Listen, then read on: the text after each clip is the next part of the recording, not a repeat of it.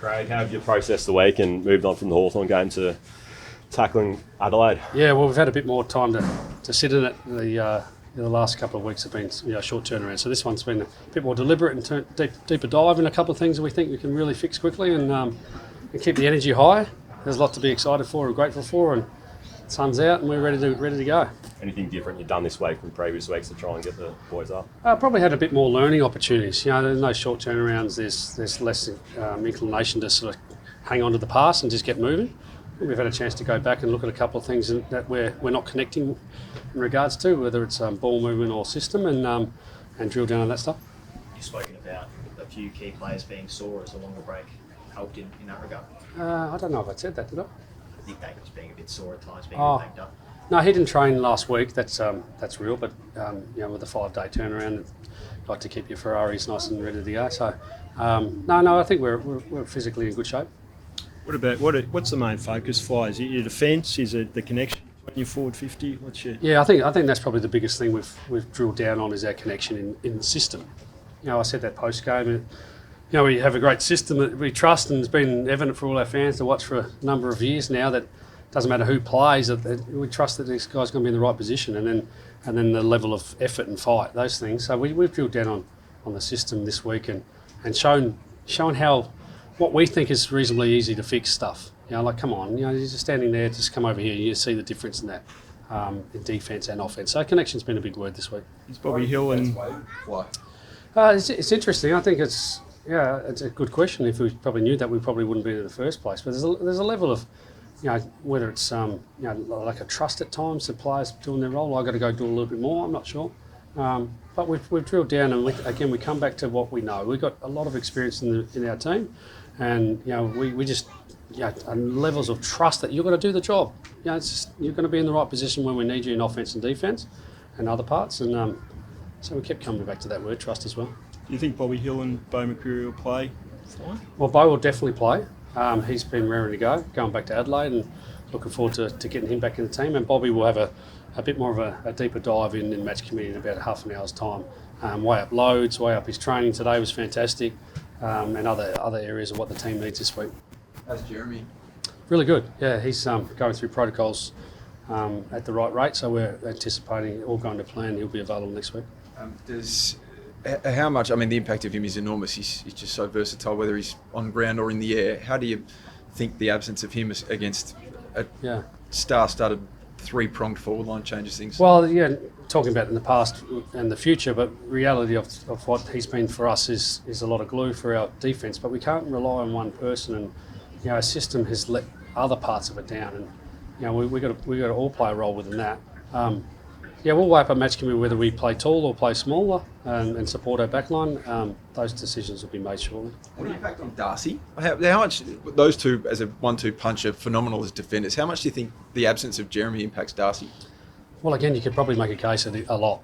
You show evidence in recent times, you probably make a case. I'm watching footage with Darcy this week and last week and the week before of things that he can do better as a leader, and he can lead from the front, and particularly his marking at his best is as good as anyone in the competition. So we don't want to make it a one-person thing, but you've got to do your job in those systems to make others better. No doubt the skipper owned that. He was happy to...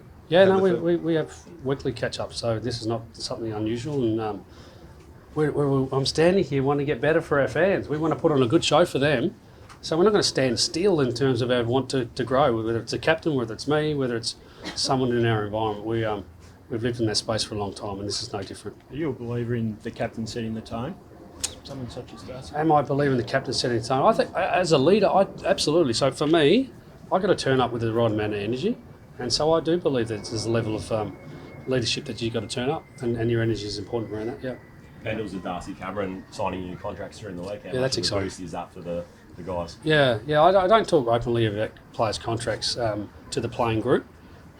Because every two that signs, there's two that unsign, and I feel like I coach team, so the team's important. Connection's a big part of that. But privately, I give those guys a big hug and want to make this the best time of their life, and be driven for that. Those two in particular, thoroughly deserve their extensions. 21st season for Pendles. How much of a marvel did you just keep going? Yeah, I know. If you guys watch him train, he just keeps turning up. He's incredible. He's got high energy. He's constantly engaged in meetings and trying to make us all better. So remarkable, really, isn't it? Yeah. How important was it to get Darcy extended and just get that off his mind or plate? Yeah, well, again, I'm probably not privy to all the conversations, other than supporting all our players that are out of contract where I think we can, and Darcy's no exception to that. He's a glue guy. He's a locker room guy. He players feed off his energy, and he's having a great season. So, in terms of relief, I'm not sure you'd have to ask him, but it's an important part for us. How much, if at all, has recent challenge or the level of challenge lit a bit for the fuse in the group this week? Well, I don't want to give too much away. I'll save that. Let's talk post game, huh? Because then we can actually action some things that we're trying to put in place, and that's the reality of what we're trying to do. I can talk and say as much as I want, but let's judge our actions, and I'll be happy to answer that after the game. Craig, you've had some close encounters with the Crows in recent times. Yeah. Why do you think you like playing them so much? Um, Why do you think you guys perform so well against them? I don't know. I'm a South Australian. I love beating the old mob. That's fun. No, I don't know. We match up really well. We've had some great encounters over there. We love playing Adelaide Oval. The record stacks up over there. No, I'm expecting no different. How do you best use Dan Houston, the combination with Braden and Josh and Isaac? Yeah, that's a constant conversation around with Dan and I, and trying to get the best out of him. High expectation, and coming to a Collingwood is difficult. Lockie Schultz found that last year. I think as much as I can to take some of that that air out of that. It's just a job. We want to support our fans, but we don't go out there to not perform well. It's a challenge right now to get Dan in the right positions at the right time. I'm seeing small growth. I am. Maybe it's some of it's let go of some expectation. I think that might help him as well. It's probably the only decision you're weighing up. Is there any other confirmed changes ahead of match committee? Not yet. No, we haven't confirmed that. We've had a bit more time to think about it this week, but we'll know in the next half an hour or so. Yeah. Just on Darcy Moore, how difficult is it being a captain? Worried about your own form, worried about your team's form? Well, I look at our game back on tape, and I'm going, okay, why are you making those decisions? I use Pendles for example. A couple of weeks ago, he's sort of like the most experienced player in the competition, and he's just sort of a little bit out of position at stoppage. And going, why is that happening? And then I think maybe he's trying to help others too much. And I go, all right, you just get yourself sorted, and then we'll worry about others later. And maybe Darcy's a bit doing the same. He's sort of looking around, making sure that everyone else is in the spot. No, hey, get your job done first and lead from the front. So, trying to find the reasons why we're making some of these decisions is challenging. But there's a level of hey, get your job done first and then start to support others. I think we're really good at this at our best, so we're looking to get back to our best.